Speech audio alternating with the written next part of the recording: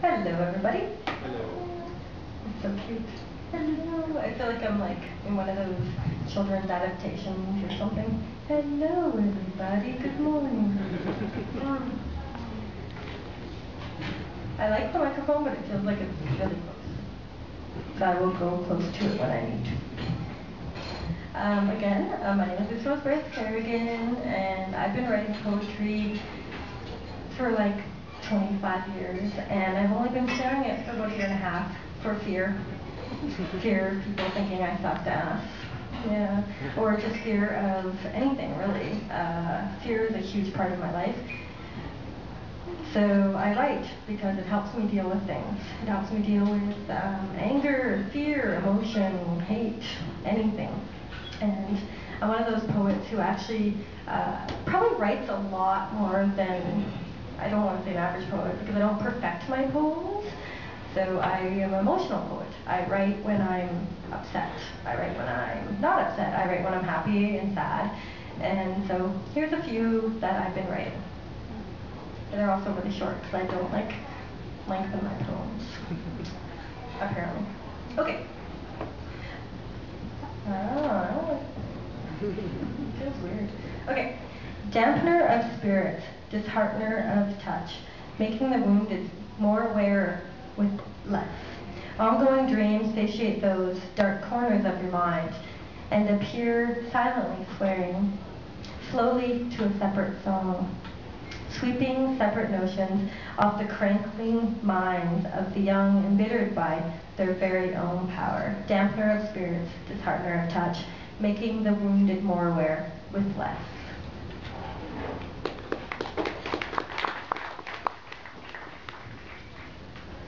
And I'm actually going to, for the first time ever, repeat a poem. I never have ever read the same poem twice. And so I'm going to try it, because I've been kind of working on it, and I think it's the first time I've kind of considered myself more of a poet than a journaler. I often consider myself a journaler, even though I write them in poetic form. So this one is about Clint and I, my husband, went to Puerto Plata last year for a honeymoon. We got married last February, and it was really cool. And one of the things that really made me feel kind of saddened by the situations is that seeing the way that the rich lived and the poor lived, it's not like here where you go to Mount Royal, you go to Forest Lawn, you're like, yeah, I get it. It's like next door. Like, hey, I have a brown house, I must be rich. I've got an orange house and it's a shack, I'm poor. And it's really interesting, and I've traveled a fair amount in my life, but I've never really realized how close it could be in a community where it's like right next door. And so this is my poem about that.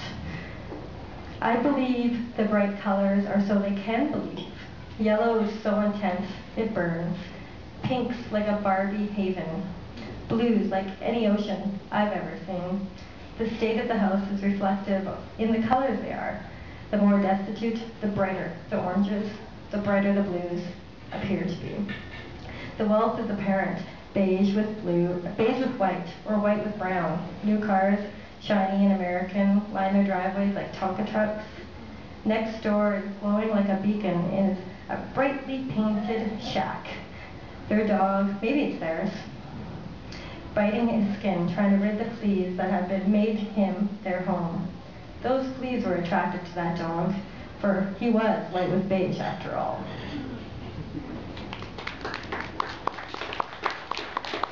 Beige, bad. Okay, so anyways, I really love the Buddha. Totally love the Buddha. I'm all about Buddha. I'm trying to study Buddhism and do yoga and go to the East a lot and stuff. That hasn't been happening. I keep going to Cuba. God damn Cuba. Okay, so it's called Buddhas Don't Burn. Buddhas don't burn. They calmly listen to the crickets, to the green grasshoppers as they rub their legs together, in harmonic synchronicity, to attain a goddess-like state. Buddhas don't burn. They whisper to the clouds, telling sacred secrets, sharing hearts, sharing thoughts. Siddhartha is teaching all of us, if we so choose to listen to him. trying to take the middle road, try to attain enlightenment, just to be who I am, actively listening, quietly participating. Buddhas don't burn. They pay attention to their heart, listening to negative thoughts and pushing them away. Buddhas don't burn. They reflect heat. They absorb it. They accept it. Buddhas don't burn.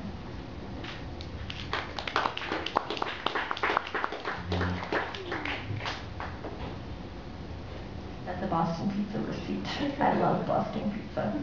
They're very nice to me.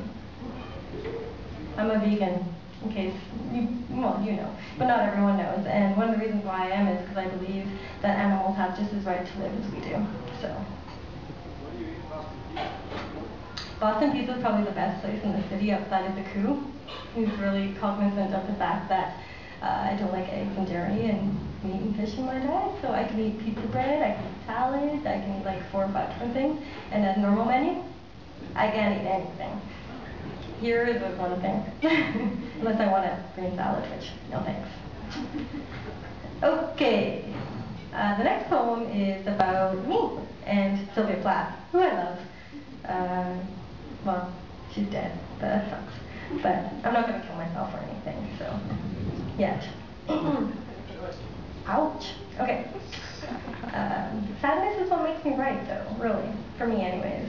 Like I was saying earlier, it's all about the emotion and who I am and how I feel, and it's therapeutic for me to write. It's kind of like a journal to me. I keep writing and writing, and I keep writing and writing and writing. I'm not publishing. Anyways. Okay, so it's called My Ariel. My Ariel is drying up inside me.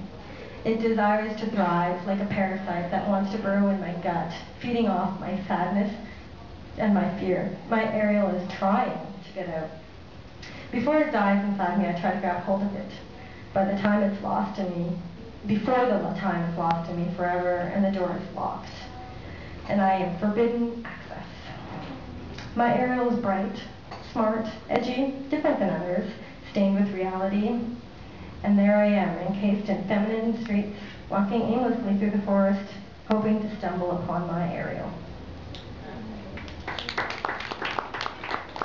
Thanks, guys. Yeah. Super good. I was actually thinking of, well, I'm starting to learn how to play the guitar, and I was like, I can't sing, because I do not have a singing voice, but I was like, next time I do a reading, I think I'm going to try to sing it to my guitar. And that was like a year ago, and I don't know, I can't play the guitar very well. You're not going to be there. Yes, next month I'll be in Cuba. You got an electric guitar or acoustic? I have an acoustic. Okay, so this is my last poem. The last few days have kind of sucked because Clint, my husband, one of his best friends, had her daughter died, and it's kind of sucky. And so I kind of was thinking about death a lot recently because it's forceful. We're going to the funeral tomorrow, and it's really in my heart right now. And I wanted to write something for her. Her name is Shasta, and this is for her. Okay. Damn it. Okay. Death is a mess of the flesh, like living is. Cutting, bleeding, sad, dead inside yourself, then dead to others. They wait to bury you to attend to their own closure. What about the dead? Did they get 3 days before they could attain closure? To bury themselves? Death is a mess of the flesh, destroying everything around it, temporarily insane. Dead inside yourself, then dead to others. That's it.